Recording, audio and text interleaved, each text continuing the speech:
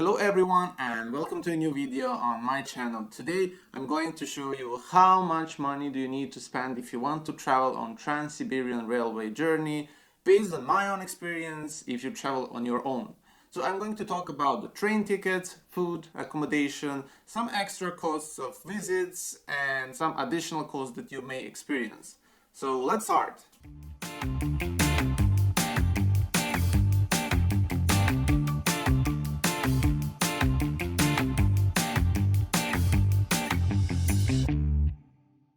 So first let's make one baseline, and that is that I will cover the costs for the 15 days of journey on and off the train on your own.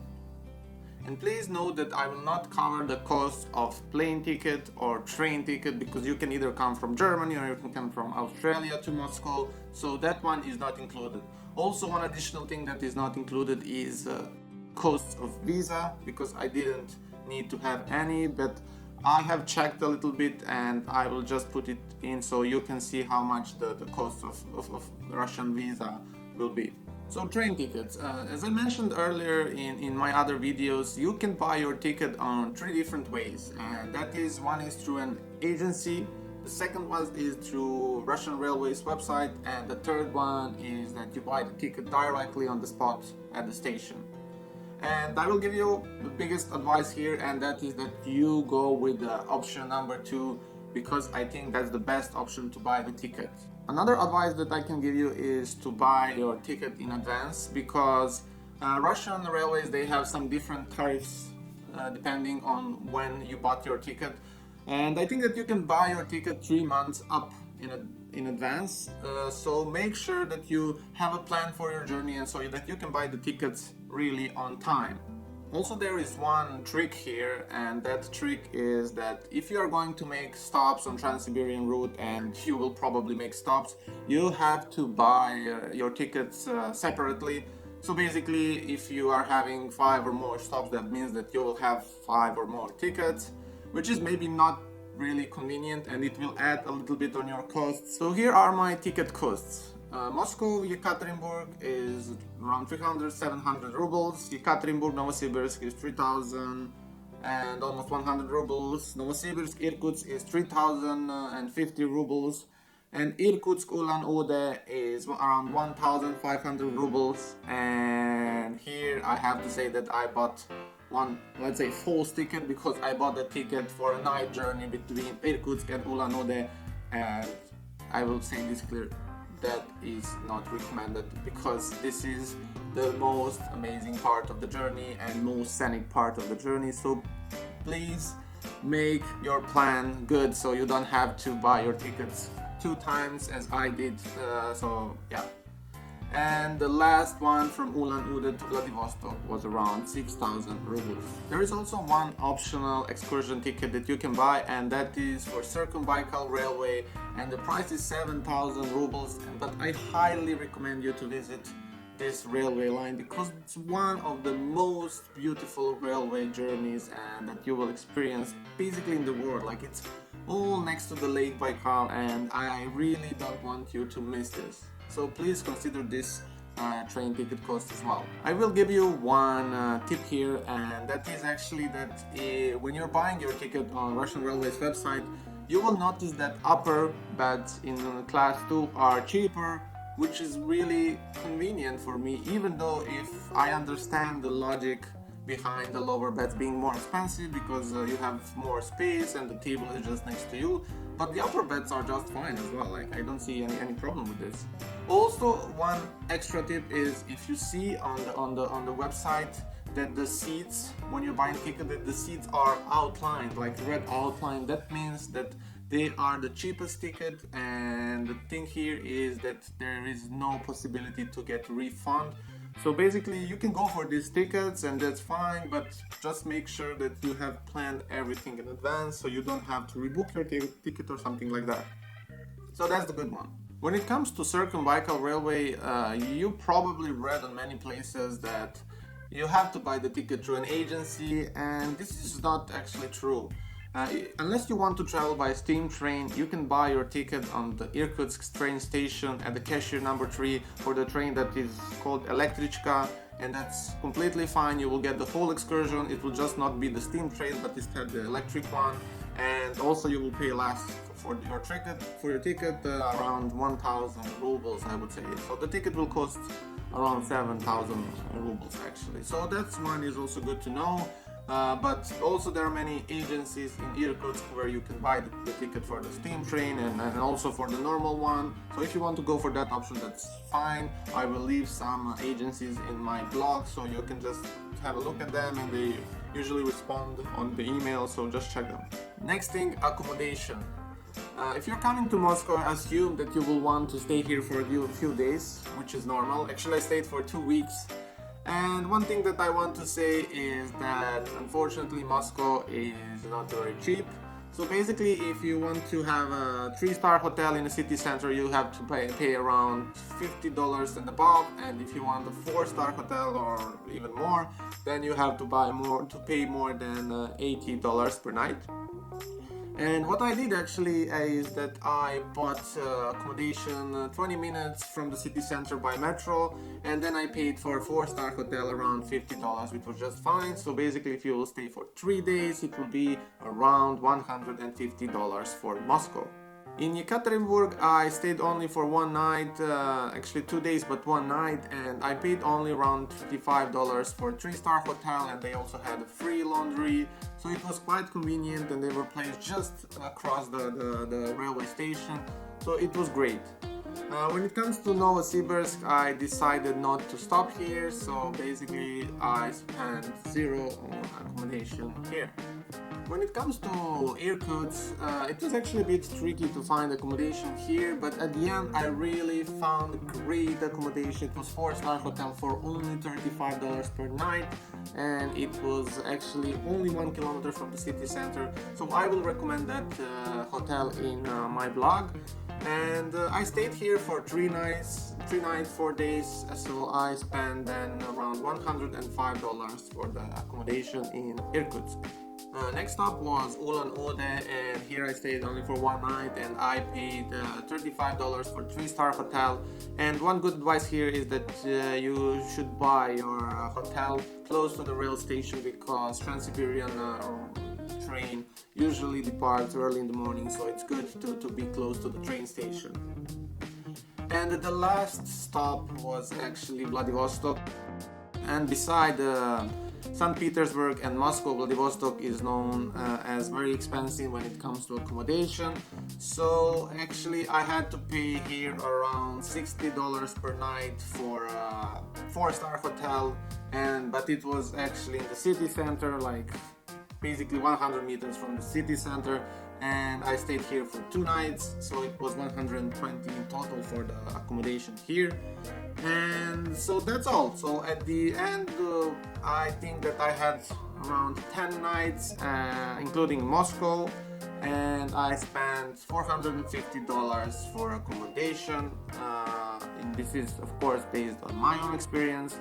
You can either choose to book some cheaper accommodation, some hostel and similar, or you can maybe, if you want, buy some more expensive accommodation, hotel, and so that's just fine.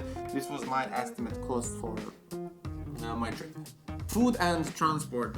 So when it comes to food, I think Russia is quite inexpensive. So basically for breakfast you will pay around $5, and then for lunch you will pay on average $15, which is just fine. Of course there are some restaurants that are very known, especially in Moscow, but in other cities as well, and if you want to visit them, then the price will go a little bit up. And also in the train there is a restaurant, and you can have all different meals there, and the price is also slightly higher than on average.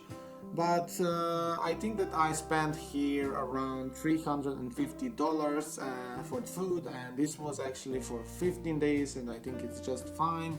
So basically that's my cost. Of course you have your own preferences, maybe you eat some different food, and you can go of course lower or upper on this one. When it comes to transport in Moscow, I will say transport in Moscow equals to metro. And why is that? It's because this is the most efficient way of travel for tourists, and you will get the opportunity to see some of the nicest and most beautiful railway metro stations in the world, and you will get the chance to experience Russian culture and ex-Soviet Union culture for free. But if you prefer some other options, there are taxis and there are some buses, so you can use them as well. And the price is actually quite affordable. I think it was around 28 rubles for a metro ticket, but I will double check on that. When it comes to other cities, then the situation is a bit different, and you can, if there is metro, you can use metro system in other cities.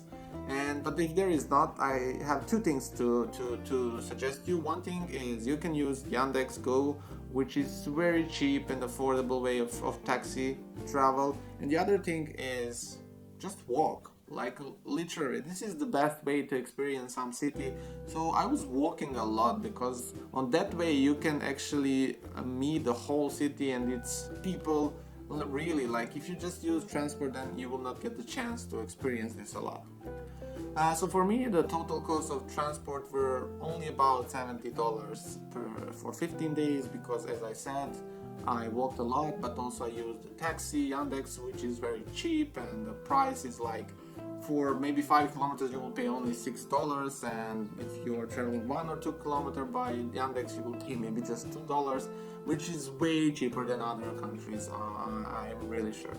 Plane ticket. So if you decide to go all the way to Vladivostok, you will have to get back to Moscow or some other place, and I bought a plane ticket from Vladivostok to Moscow because I have a great reason to come back to Moscow. And what I did, actually, I bought the ticket in advance, maybe 2 months in advance, and I suggest you to do this as well.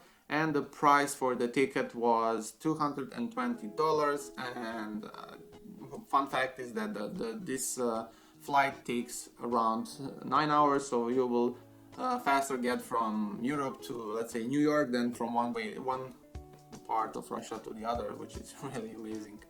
So now let's discuss some additional costs that you can have on your trip. One thing is SIM cards. I got advised that I should buy at least 2 SIM cards, because in some regions one network provider is better, in other is the different one. And I bought the SIM card from the provider that's called MTS, and the other one that's called Megaphone. But actually I think that I didn't find any difference. The thing here is that in bigger places you will have both networks, and in some places in between you will not have either one of them, and that's the thing. And the SIM card price is very cheap. It's below $10 for one SIM card, and you will get unlimited internet, so this is a really great thing. And one thing I want to mention here, that if you want to use Wi-Fi on many places in Russia, you actually have to have their SIM card so you can log in on Wi-Fi. So for the SIM card tickets, I paid $20. Some additional costs that you can have is actually costs of tickets for museums or either theaters or some similar things. And I have to say that I'm not a big fan of museums, but I really love theaters. And in Moscow, actually, I bought a few tickets for Bolshoi Theater, and if you want to buy a ticket for a new stage, then the price is $20, and then if you want to buy for historical stage, the price is $60. And in Novosibirsk also the price for the theater show was around $40. And one other thing is actually that you can buy really good coffee and cognac in Bolshoi Theater, but count that the price will go $40 or even more, depending on what you buy. Besides this, what I love is actually visiting Orthodox churches, and basically the entrance to all churches is free, so this is a great thing that I think you should know as well. I will give you one free advice, and that is that you should always have some cash with you, and as you know, the Russian currency is ruble, and you should always have some cash with you, even though they have, like, almost on all places you can pay by card, and even on the train as well. But I think it's always good to have some cash with you. Also, like on the train, if there is a low network, I think that they cannot use the card machine, so it's better to have cash. So make sure to have some. So we came to an end, and let's sum up everything. Train ticket was around $352, accommodation was $450, food was $350, transport was around $70, plane ticket from Vladivostok to Moscow was $220, SIM card $20 for two, and museums, theaters and other it was $100, and this can differ of course if you like to visit museums more. I like to walk and experience city, and that's all. The total price that I have paid for my Trans-Siberian Railway journey that I made on my own was $1,562. And I think that you probably wonder if this could be cheaper, and I will say of course it could, and I will give you a great example. So if you come to Moscow and travel straight away with Trans-Siberian Railway with no stops but directly 7 days on the train, price is only $150 for the train ticket plus food on the train 7 days approximately. It's $120 plus one-way ticket from Vladivostok to Moscow $220, which is all together below $500.